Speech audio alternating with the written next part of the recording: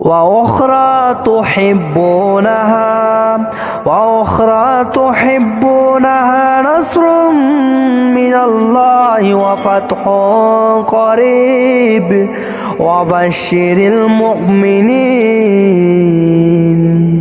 السلام عليكم ورحمة الله وبركاته. إن الحمد لله نحمده ونستعينه من يهده الله فلا مضل له ومن يضلله فلا هادي له وأشهد أن لا إله إلا الله وحده لا شريك له وأن محمدا عبده ورسوله أما بعد. মুশরিকদের সাথে যুদ্ধের আগের প্রেক্ষাপট পরিস্থিতি সম্পর্কে আমির ইমাম মাহমুদ হাবিবুল্লাহ যা যা বলেছিল সব মিলে যাচ্ছে।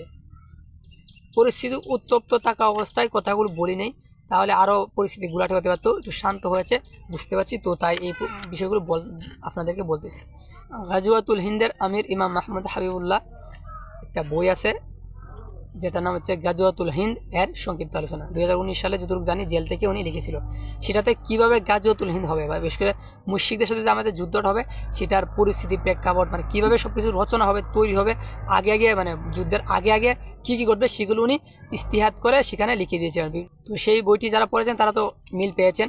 তো এখানে বিশেষ করে 6 পৃষ্ঠায় উনি একটা এনেছিলেন হামলার পূর্বে। তো এরপরে পৃষ্ঠায় তো 7 পৃষ্ঠায় ইমাম মাহমুদ হাবিবুল্লাহ লিখেছিলেন যে আবার এমনও হতে পারে প্রধানমন্ত্রী ক্ষমতায় থাকা অবস্থাতেই মুশরিকরা কৌশলে বাংলাদেশের নাস্তিক সম্প্রদায়কে দিয়ে মুসলমানদের কোনো ধর্মীয় অনুভূতিতে আঘাত হানতে পারে। ফলে বাংলাদেশের মুসলিমরা ক্ষিপ্ত হয়ে আন্দোলনমুখী হতে পারে। ফলে প্রধানমন্ত্রী এই পরিস্থিতি নিয়ন্ত্রণে আনতে না পেরে দেশের শান্তি শৃঙ্খলা রক্ষার জন্য ভারতের নিকট সাহায্যের আবেদন জানাবে। এই সুযোগটা কাজে লাগিয়ে ভারত বাংলাদেশে গণহত্যা শুরু করবে। প্রধানমন্ত্রী বুঝে ওঠার আগে ক্ষমতার নিয়ন্ত্রণ হারিয়ে ফেলবে। ফলে হত্যাকাণ্ড ভয়াবহ রূপ ধারণ করবে। সেই সময়টাকেই শাহ নেয়ামতুল্লাহ ও আশারান দ্বিতীয় কারবালা বলে আখ্যায়িত করেছেন। এখানে প্রথম বিষয়টা লক্ষ্য করেন যে আবার এমনও হতে পারে প্রধানমন্ত্রী ক্ষমতায় থাকা অবস্থাতেই মুশরিকরা কৌশলে বাংলাদেশের নাস্তিক সম্প্রদায়কে দিয়ে মুসলমানের ধর্মীয় অনুভূতি স্পর্শকাতক যে বিষয়গুলো আছে সেগুলোতে আঘাত করবে। ফলে মুসলমানরা ক্ষিপ্ত হয়ে আন্দোলনমুখী হয়ে পড়বে। তো এখানে দেখেন যে রাখাল রাহা এই গালিব ওই জারজ সন্তানগুলা কী করছে, মানে মুসলমানের স্পর্শকাতক যে ধর্মীয় অনুভূতিগুলো আছে যেগুলো স্পর্শকাতক এগুলোতে আঘাত করছে কিছুদিন আগে। যার কারণে দেখলাম বাংলাদেশে অনেক বড় বড় ব্যক্তিত্বরা যারা জিহাদ নিয়ে অনেক হুঙ্কার দেয়, তারা দেখলাম বাইতুল মুকাররমের সামনে সহ দেশের বিভিন্ন জায়গায় মিছিল মিটিং করছে। মানে ভারত পরিকল্পিতভাবে বাংলাদেশের মুসলমানের ধর্মীয় অনুভূতিতে এই নাস্তিক সম্প্রদায়কে দিয়ে একটা আঘাত করাতে চাচ্ছে, আঘাত করতেছে, যেটা ইমাম মাহমুদ হাবিবুল্লাহ সেই আগেই আমাদেরকে সতর্ক করে গেছিল যে যুদ্ধের আগে মুশরিকদের সাথে চূড়ান্ত যুদ্ধের আগে এই বিষয়গুলো ঘটবে। আর সময় দেখতেছি সেই বিষয়গুলো ঘটতেছে। তো এটা আরও চূড়ান্তভাবে নাস্তিকরা আরও করবে, তখন চূড়ান্তভাবে আরও মানুষ নামবে। মানে রয়ের একটাই আছে না যে বারবার আঘাত করে শত্রুকে দুর্বল করে রাখা। তারা একবার শুধু আঘাত করেছে, 2বার করেছে, 3বার, একসময় ধৈর্যের বাদ ভেঙে যাবে। তখন বলা হবে যে এদেরকে সাইজ করবো, হয় এদেরকে শেষ করবো, নয়তো আমরা নিজেরা শেষ হবো। এরকম দৃঢ় প্রতিজ্ঞা নিয়ে মানুষ নেমে পড়বে আন্দোলনে। এই তাগুত সরকার কাছে দাবি চাইবে, বিভিন্ন বিষয় করতে পারে। তখন বাংলাদেশের ওই যে ভারতের এরা করবে যে বাংলাদেশের নাম হিন্দুদের অত বড় অত্যাচার হচ্ছে। তখন ওরা এই অজুহাত দিকে যেমন যে সেরা ভারতীয় প্রশাসন, বাংলাদেশের প্রশাসন যে চুক্তি আছে ওই চুক্তির মাধ্যমে তারা বাংলাদেশে প্রবেশ করে গণহত্যা করতে পারবে। এটাই হচ্ছে। তো মুসলমান ভাইয়েরা, মুসলিম উম্মা, তো মুসলিম ভাইয়েরা আপনারা, তো তাওহীদবাদী ভাইয়েরা আপনারা গলে যায় না, ওইটা ভারতের একটা চক্রান্ত। অবশ্যই এই প্রত্যেকটা জারজ সন্তানকেই শাস্তি দেওয়া হবে। ওরা যদি কাবার গিলাপ দৌড়ে গিয়ে ঝুলে থাকে ওইখানে ওদেরকে 2 টুকরা করে ফেলা হবে ইনশাআল্লাহ তাআলা। কিন্তু এখন যেটা চলছে সেটা হচ্ছে ওদের ফাঁদ। আমরা যদি এখন ওদের ফাঁদে পা দিই তাহলে আমাদের এটা নিজের জন্য নিজের পায়ে নিজে কুড়াল মারলাম, এত বড় একটা গণহত্যা ঘটাতে ওদের সাহায্য করলাম। আর এই বিষয়টাকে ইমাম মাহমুদ হাবিবুল্লাহ সে আগে আমাদের সতর্ক করে দিয়েছিল যে গাজওয়াতুল হিন্দ মুশরিকদের সাথে আমাদের চূড়ান্ত যুদ্ধ শুরু হওয়ার আগে এরকম বিষয়গুলো মুশরিকরা ঘটাবে। আর আমরা দেখতে পাচ্ছি মুশরিকরা সেগুলি ঘটাচ্ছে। এখন আমাদের পূর্ণ সাবধানতা থাকতে হবে মুশরিকদের থেকে। কেননা তারা সামনে আরও বিভিন্ন বিষয়গুলো করবে।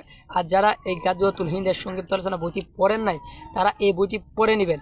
এখানে আরও অনেক বিষয় বলা আছে যা পড়ার পর আপনি সতর্ক হয়ে যেতে পারবেন এবং মানে পরিস্থিতি প্রেক্ষাপট বুঝে সিদ্ধান্ত নিতে পারবেন।